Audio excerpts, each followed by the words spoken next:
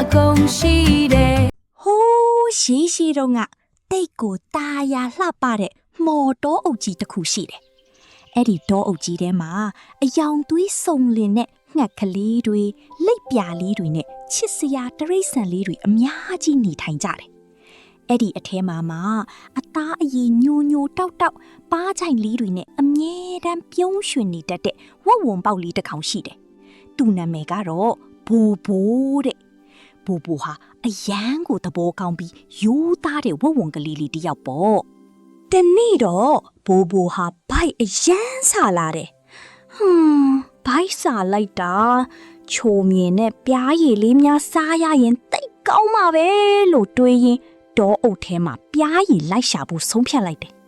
ဘူဘူဟာ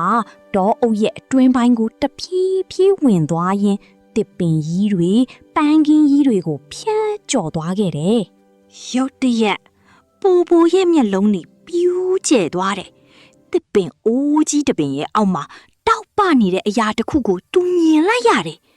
အဲ့ဒါကဘာများလဲဆိုပြီးအနားကိုဖြည်းဖြည်းချင်းတိုးသွားကြည့်လိုက်တဲ့အခါဝါဝင်းပြီးတောက်ပြောင်နေတဲ့ရွှေအိုးကြီးတအိုးဖြစ်နေတယ်အဲ့ဒီရွှေအိုးကြီးထဲမှာအရန်ကိုမှုေးကြိုင်လာတဲ့ပြားရည်တွေအပြည့်ပါပဲဝါ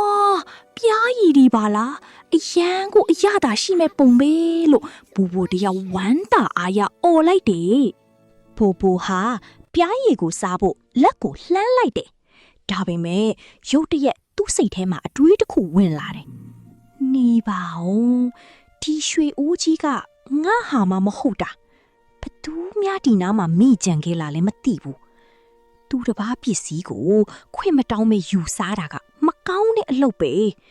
ငါပိုက်ကဘလောက်စာသူများပစ္စည်းကိုတော့မယူသင့်ဘူးလို့ဘူဘူကသူ့ကိုယ်သူတတိပေးလိုက်တယ်ဘူဘူဟာပြားရည်အိုးကြီးကိုထားခဲ့ပြီးပိုင်ရှင်ကိုလိုက်ရှာဖို့ဆုံးဖြတ်လိုက်တယ်ပထမဆုံးသူကတစ်ပင်ပေါ်ကရှင်ကလေးစီသွားပြီးရှင်ကလေးကြီးဟိုးတစ်ပင်အောက်ကရွှေပြားရည်အိုးကြီးကမင်းဟာများလားလို့မေးလိုက်တယ်ရှင်ကလေးကမဟုတ်ပါဘူးဘူဘူရဲ့ငါကတစ်သားသီးပဲစားတာပါလို့ပြန်ဖြေတယ်အဲ့ဒီနောက်ဘူဘူဟာရီကန်နာကဖားကလေးကိုသွားမိတယ်ဖားကလေးကလည်းမဟုတ်ဘူးလို့ညင်းတယ်တောအုပ်တစ်ခုလုံးအနှံ့လိုက်မေးပြီးမြဲပိုင်ရှင်ကိုမတွေ့ရဘူးဘူဘူဟာအယမ်းကိုပင်ပန်းပြီးဘိုက်ကလည်းပူစားလာတယ်ဒါပေမဲ့သူဟာလုံးဝဇွဲမလျှော့ခဲ့ဘူးနေဝင်ကနီးအချိန်ရောက်တော့ဝင်ပလွေကြီးတစ်ကောင်ဟာစိုးရိမ်တကြီးနဲ့တခုခုကိုလိုက်ရှာနေတာကိုဘူဘူတွေ့လိုက်ရတယ်ဝင်ပလွေကြီးကဒုက္ခပါပဲငါသားလေးဖျားနေလို့စီးဖို့ဖို့ရှာထားတဲ့ရွှေပြားရည်ဦးကြီးပျောက်သွားပြီ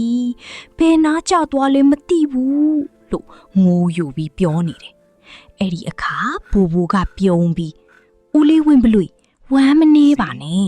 ဦးလေးရဲ့ပြားရည်ဦးကိုတစ်ပင်အိုးကြီးအောက်မှာကျွန်တော်တွေ့ထားပါတယ်ကျွန်တော်လိုက်ပြပါမယ်ဆိုပြီးဝင်ပလွေကြီးကိုခေါ်သွားခဲ့တယ်ဝင်ပလွေကြီးဟာသူ့ရဲ့ပြားရည်အိုးကိုပြန်တွေ့တဲ့အခါအယမ်းကိုဝမ်းသာသွားတယ်။ကျေးဇူးတင်လိုက်တာဘူဘူရဲ့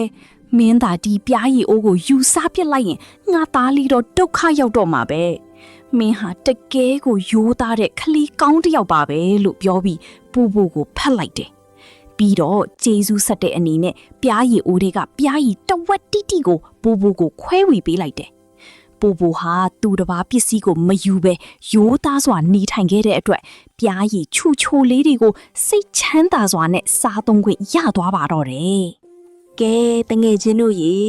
ဘူဘူဟာဘလောက်ပဲဖိုက်စာနေပါစေသူများပစ္စည်းကိုခွင့်မတောင်းမယူခဲ့ဘူးနော်။ဒါကြောင့်မလို့နောက်ဆုံးမှာသူလဲပြားရည်စားရတယ်လို့ဝန်ပလွေကြီးရဲ့သားလေးလဲအသက်ချမ်းသာရာရသွားတယ်။တသားမီမီတို့လည်းပူပူလိုမျိုးအမြဲတမ်းယူသားတဲ့ကလေးလေးတွေဖြစ်အောင်ကြိုးစားကြရမယ်နော်။နောက်နေ့မှာရောဘလူပုံမြင်လေးတွေလာမလဲဆိုတာစောင့်ကြည့်ပေးကြပါဦး။တတား